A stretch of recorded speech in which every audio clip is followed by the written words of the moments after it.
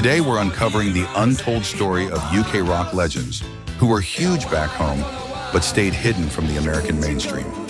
Let's find out why.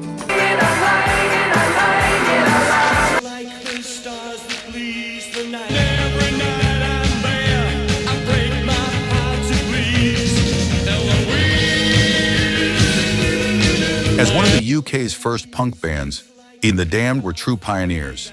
They made history by releasing the first British punk single, New Rose, in 1976, and quickly followed it with the first UK punk album, Damned, Damned, Damned.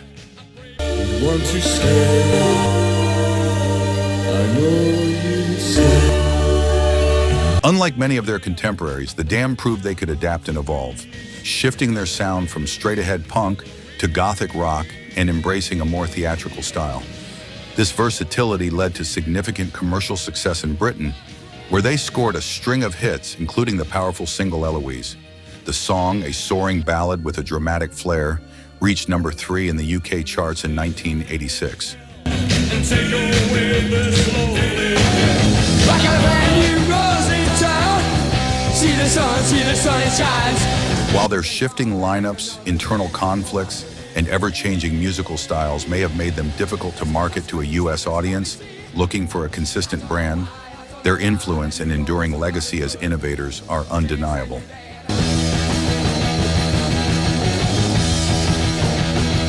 me,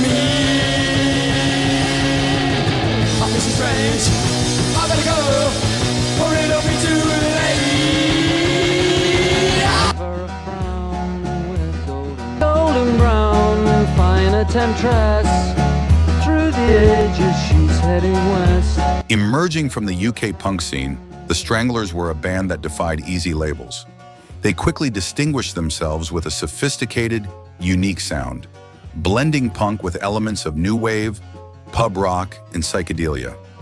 Golden brown, texture like sun, lays me down with my Manchurian. Whatever happened to all the heroes? This originality made them hugely successful in Britain, where they scored 12 top 20 singles and 11 top 20 albums. Songs like the edgy Peaches, the defiant No More Heroes, and the melodic Golden Brown are still staples on British radio.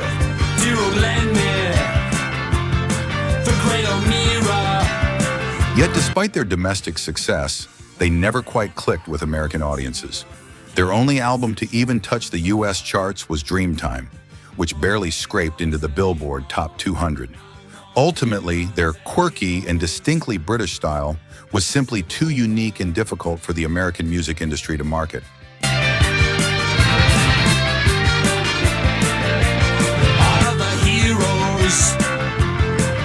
Shakespeare's to Itchy Park, that's where I've been.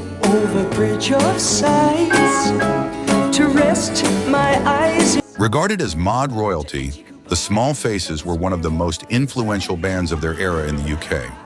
They had 5 top 10 singles, including their #1 hit All or Nothing, and their psychedelic masterpiece album, Ogden's Nut Gone Flake, topped the UK charts in 1968. I tell you why.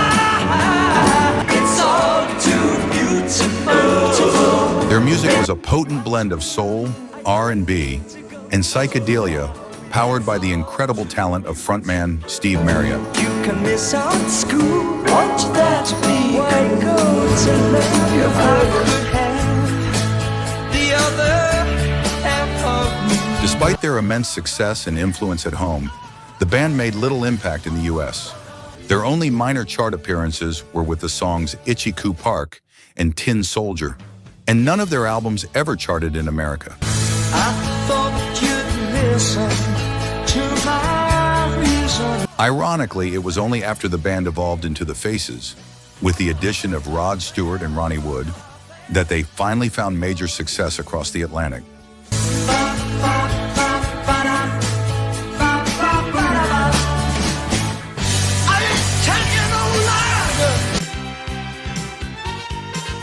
Brother's got his night to keep, he can't hang around. Our house in the middle of our street. Known as the Nutty Boys, Madness was an unstoppable force in Britain, becoming synonymous with the late 70s ska revival. They were pioneers of the music video, creating a quirky, comedic style that was uniquely British. Mother's tired, she needs a rest. The kids are playing up downstairs. This approach paid off handsomely, with 9 top 10 albums and a staggering 16 top 10 singles in the UK, including the chart-topping anthem, House of Fun. Their blend of infectious ska rhythms and witty, observational lyrics about everyday life made them national treasures. Mother's got a date to keep, he can't hang around.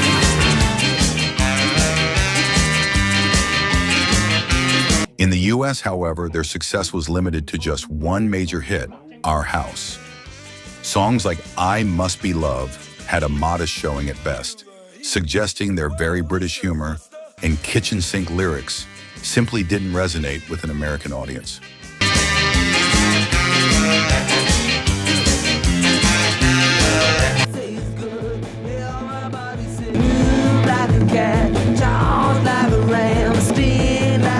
In Britain, Mark Bolan and his band T-Rex were more than just rock stars. They were a cultural force. They sparked T-Rextasy, a full-blown teen idol hysteria where kids would line up overnight for a glimpse of the man whose face was plastered on every magazine cover.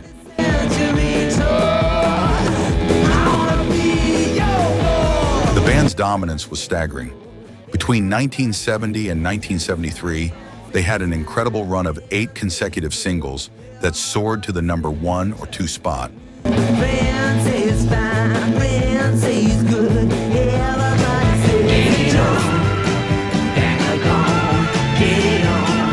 UK anthems like Metal Guru and Children of the Revolution were massive hits at home, but T-Rex was practically a stranger in the United States.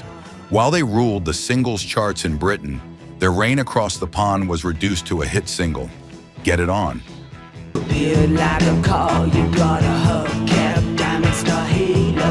The contrast is stark. That one hit even had to be renamed Bang a Gong, Get It On for American radio. Despite the global success of their albums like Electric Warrior, T-Rex's singles never found the same magic across the Atlantic.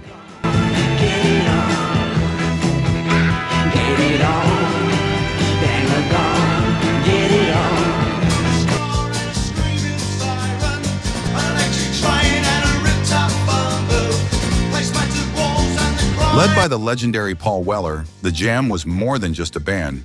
They were the heartbeat of a cultural movement.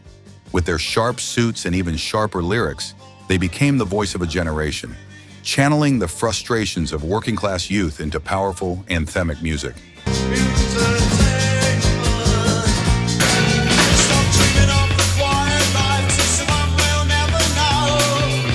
Between 1977 and 1982, the Jam's dominance was staggering. Scoring 4 #1 singles and seeing every single, they released hit the UK Top 40. Their classic anthem, A Town Called Malice, painted a vivid picture of British life.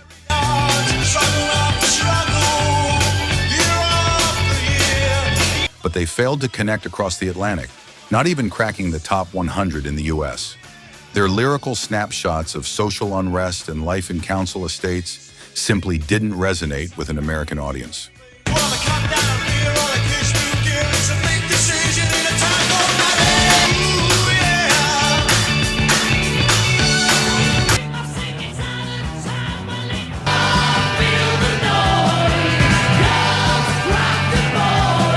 In the 1970s, Brit and Slade were the undisputed kings of glam rock, famous for their rowdy live shows and a string of anthemic hits. They dominated the decade, becoming the most successful British group based on single sales and the first band to have 3 singles debut at #1.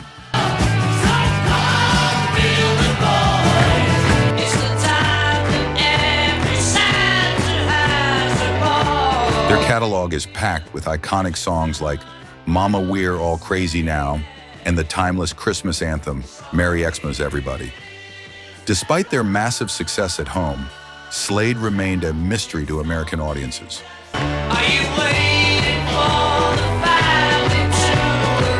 Their only real chart success in the US came years later with the single Run, Run Away, which barely cracked the top 20. The ultimate irony, American bands like Quiet Riot made a fortune by covering Slade's songs, with many US fans completely unaware that they were listening to a Slade original.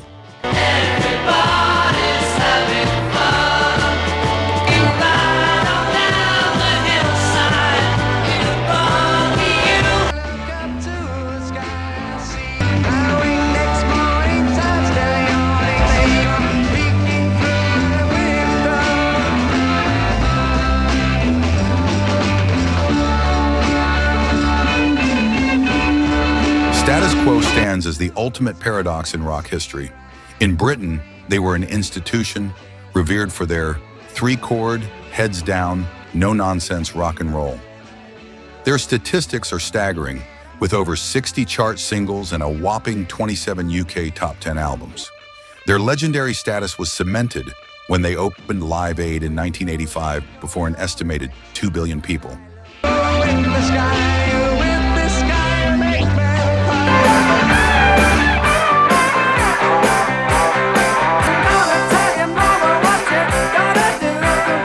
Yet in the United States, they are a complete mystery. Their only hit, Pictures of Matchstick Men, came out in 1968, and after that brief flash of exposure, their music was met with radio silence across the Atlantic. They're one of the most successful rock bands you've probably never heard of if you're American.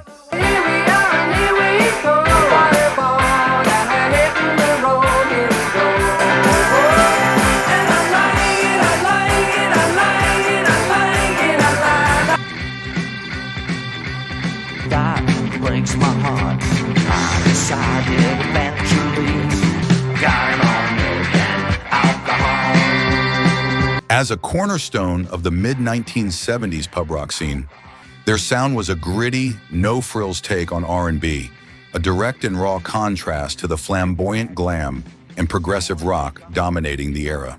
Got up, I walked out to the car, started up. I saw you out the other night. I saw somebody hold you tight. Led by the intense stage presence of guitarist Wilco Johnson, their live shows were pure, unadulterated energy. This stripped-down, back-to-basics approach resonated deeply with British audiences, earning them a #1 UK album with the live recording Stupidity in 1976. The rock said, I didn't need the city light.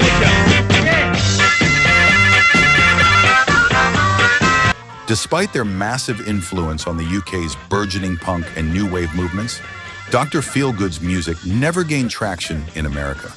Their working-class aesthetic and raw sound were perhaps too authentic for the polished mainstream American market. While bands like The Clash and the Sex Pistols openly cited them as an influence, Dr. Feelgood remained a mystery to US audiences. I said I gotta go away and leave you for a...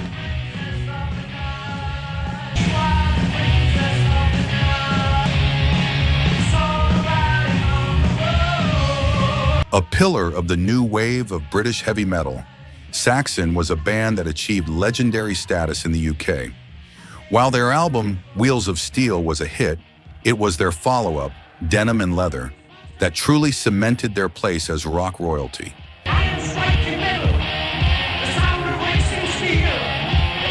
Their raw, anthemic sound, powered by working-class spirit and Yorkshire grit, was a perfect fit for a generation of British fans.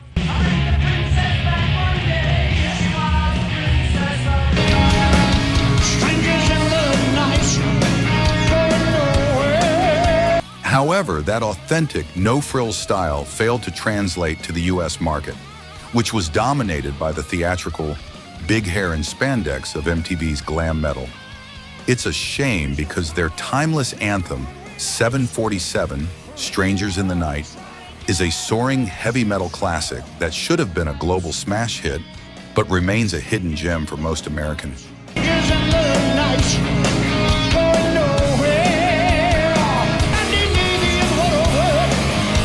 Mind blown, right? Those British rock legends deserve more love over here. Which band surprised you the most? Let me know in the comments below. Don't forget to like, subscribe, and hit that bell for more awesome music deep dives. See you next time.